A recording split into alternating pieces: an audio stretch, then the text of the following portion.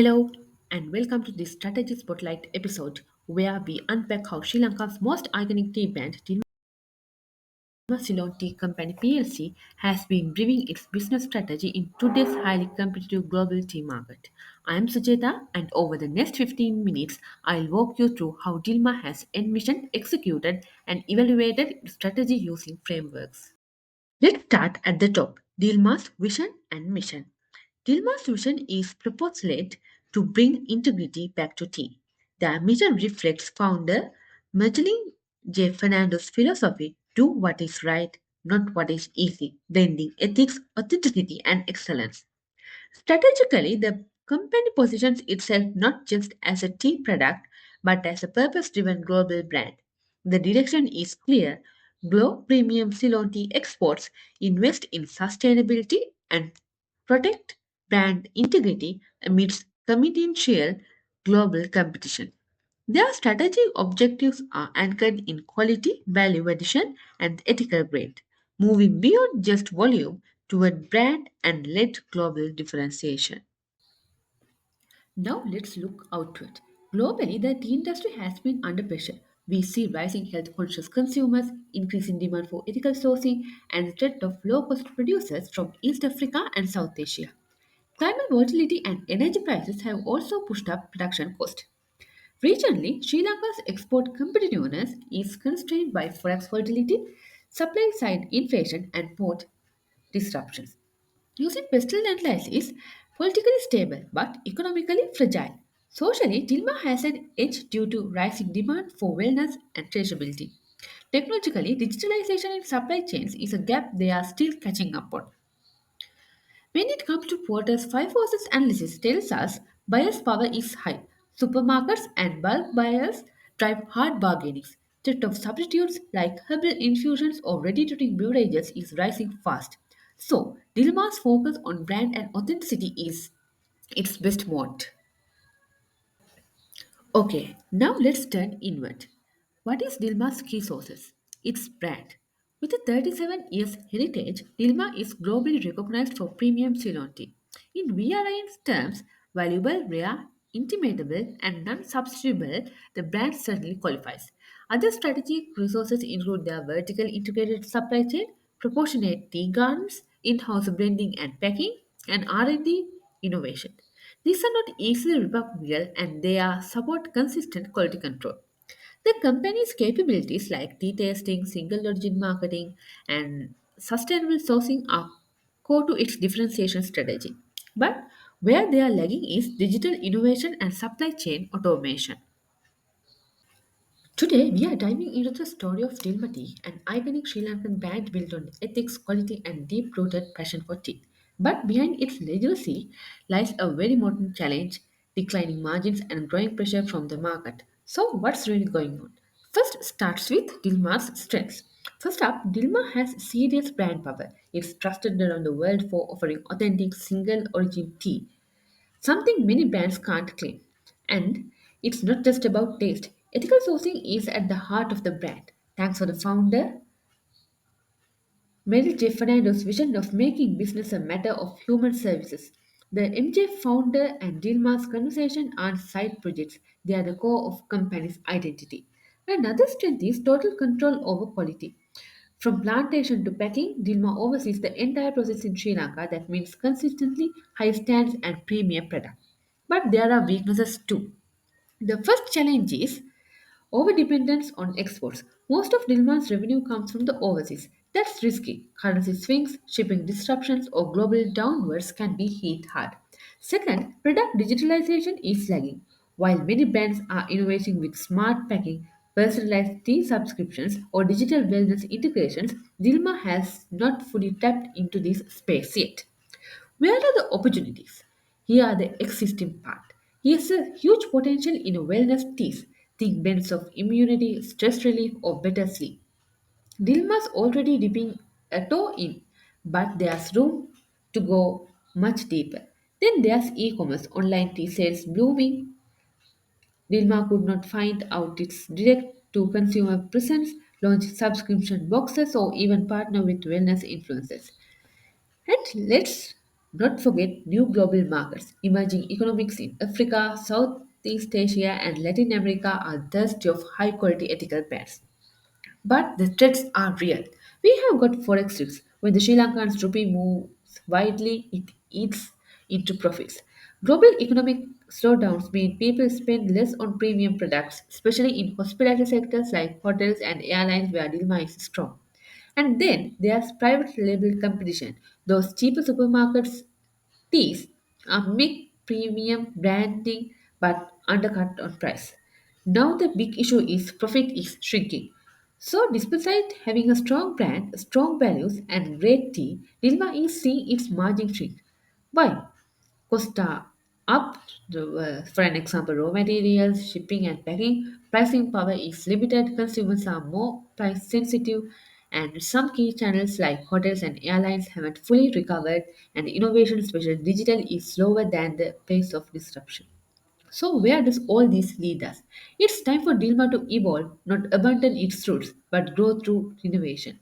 Invest in wellness and functionalities, go big on e-commerce, modernization, the brand story, and glance export risk by exploring more stable for closer markets.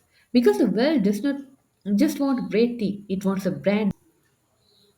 Now to the big question. What competitive strategy is Dilma pursuing? Based on Porter's five generic strategies, Dilma follows a broad differentiation strategy, premium pricing based on authenticity, quality, and social impact. Unlike mass tea exporters who compete on cost, Dilma uses ethical branding, single origin Ceylon identity, and family values to justify a higher price point. Their tea is more than a beverage, it's a story, and the story sells. But the challenge is how do you preserve this premium positioning with inflation sequence margins and customers become price sensitive? Dilma has made both defensive and offensive moves. On the offensive sides, they launched new herbal infusion and wellness teas in 23-24, hoping to tap into growing global health trends. They also expanded distributor networks, now up to 105 globally. In terms of defensive strategy, they have protected their brand position with IP enforcement and exclusive supplier contracts, making harder for private label brands to mimic their identity. On timing, they are often first movers in the Ceylon specialty tea category but less agile tech adoption compared to global competitors like Twinning or Tazo. In terms of scope, Dilma has vertically integrated the cross value chain, owning tea gardens, factories, and packing plants, but they are avoided unrelated diversification. They have chosen to go deeper, not broader. That's consistent with their brand. Now let's talk about execution. Tilma has around 717 employees with a strong internal promotion retention, 87% retention, and a 154% rise in promotion in 2024. This shows deep bench strength. Training investment rose 314%, a strong signal that they are building internal capability. But average training hours dropped. Perhaps a quality versus quantity shift. Organizationally, they follow a functional structure centered around manufacturing, R&D, marketing, and export. Execution is centralized to maintain quality, but flexibility may suffer as a result. Culture is the heart of Dilma's success. The founder led ethos, integrity, purpose, and community continues to shape the company's identity. Their leadership emphasizes sustainability, fair trade, and family values. This is not just PR, their MJF Charitable Foundation and Dilma's conversation initiatives are deeply embedded into their business model. The leadership commitment to value based capitalism is their key differentiator, especially in Western markets where ethical consumer consumption matters. But this culture also requires constant renewal, especially with global expansion. Succession planning and cultural adoption will be critical in coming years. Now let's shift to our focus to the financial results, a crucial lens through which we can judge whether Dilma's strategy has delivered in real measurable terms. Numbers never lie, and here we'll unpack how well their performance aligns with the firm's strategic intention over the past four financial years from 2021 to 2024. To start, let's look at revenue.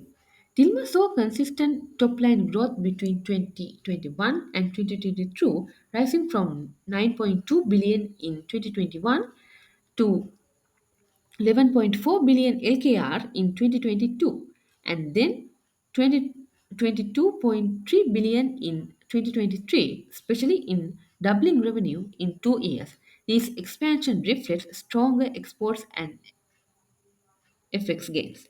However, 2024 has a 17% drop with revenue falling back to 18.5 billion. This reversal is largely attributed to reduced export demand, volatile global tea prices, and ongoing foreign exchange volatility.